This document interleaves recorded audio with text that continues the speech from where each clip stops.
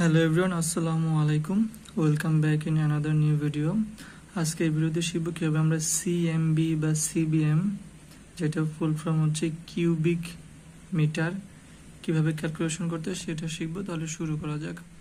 তো প্রথমত আমাদের জানতে হবে এটা কেন দরকার। সাধারণত আমাদের স্পিনিং ফ্যাক্টরি বা যে কোনো ফ্যাক্টরিতে যখন নিজ দেশ থেকে অন্য দেশে ম্যাটেরিয়াল ট্রান্সফার করা হয় বা সাপ্লাই দেওয়া হয়, তখন সেটাকে আমরা কন্টেনার আকারে সাপ্লাই দিই, বা হচ্ছে কোনো একটা বক্স বা প্যাকেজে ম্যাটেরিয়াল ভরে সেটা আমরা শিপমেন্ট করে সাপ্লাই দিই।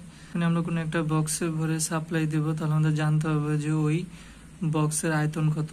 আয়তনটা যদি আমরা জানতে পারি তাহলে আমরা মেজার করতে পারবো আমাদের কতটুকু ম্যাটেরিয়াল ওই বক্সে যাবে।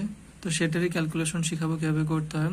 তো সিএমবি ক্যালকুলেশন করা একদম সহজ। সেটা হচ্ছে length into with into height. এই প্রতিটা একক হচ্ছে আমাদের সেন্টিমিটার, তারপর হচ্ছে 10⁶ দিয়ে ভাগ দেবো। 10⁶ দিয়ে ভাগ দেওয়ার কারণ হচ্ছে লেন্থও ধরো তোমাদের সেন্টিমিটার, উইথও সেন্টিমিটার, হাইটও সেন্টিমিটারে।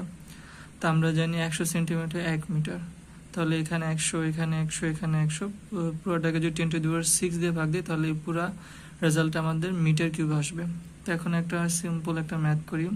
ধরি কোনো একটা বক্স, যে বক্স হচ্ছে ম্যাটেরিয়াল ভরে আমরা বাইরে ট্রান্সফার করব, বাইরের দেশে।